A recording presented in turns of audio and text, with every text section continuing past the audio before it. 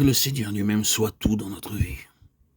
Lorsqu'il demande à Abraham, quitte ton pays, ta famille, la maison de ton père, il lui dit de quitter, de sortir de ses ambitions, des choses d'ici-bas, sur cette terre, même en relation avec Dieu.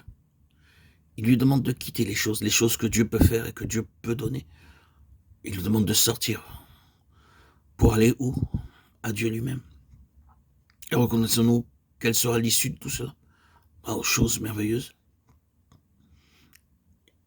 Abraham, mon ami, mon ami. Combien il y a de choses en ces mots. Tout laisser pour Dieu, être entièrement à Dieu. Permettre à Dieu d'avoir sa voix, se confier à Dieu, là même où il semble que Dieu se renie et se contredit lui-même. Cela nous fait entrer dans le cœur de Dieu. Mon ami. Est-ce que c'est la vie? Est-ce que c'est le chemin de la vie? Si cela est dit de quelqu'un d'entre nous, à la fin de la manière dont Dieu le dit d'Abraham, ce sera certainement la vie. C'est sûrement quelque chose à désirer plus que toute autre chose. Si jamais nous arrivons, vous et moi, à cette place, nous dirons, c'est la vie, en vérité. Cela vaut mieux que tout. Oui, la vie est sur la base de l'amour de Dieu. Que signifie être un ami de Dieu?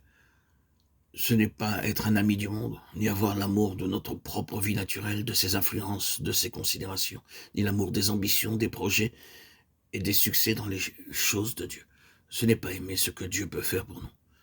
C'est aimer Dieu lui-même, c'est tout. Lorsqu'il en est ainsi, cela signifie que si même le Seigneur tarde et se contredit, nous confions cependant en lui. Oui, l'amour efface toute inimitié.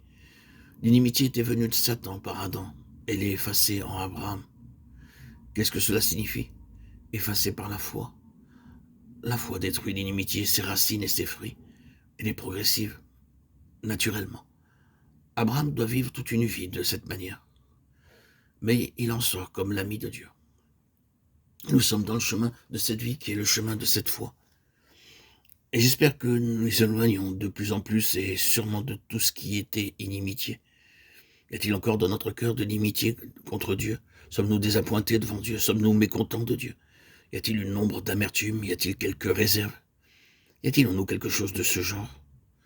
Nous savons tout à fait bien que s'il en était ainsi, ce serait la mort en nous. Ce n'est pas la vie.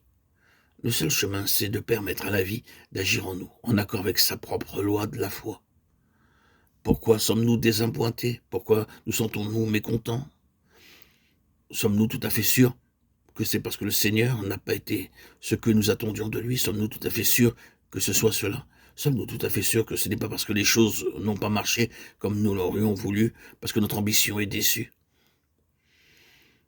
En sommes-nous tout à fait sûrs? Si seulement les choses avaient marché comme nous l'avions souhaité, combien nous serions satisfaits de Dieu? Comme nous serions prêts à dire Dieu est fidèle, Dieu est vrai. Les choses ne sont pas faciles, les choses tournent contre nous. C'est à cause des choses que nous sentons mal.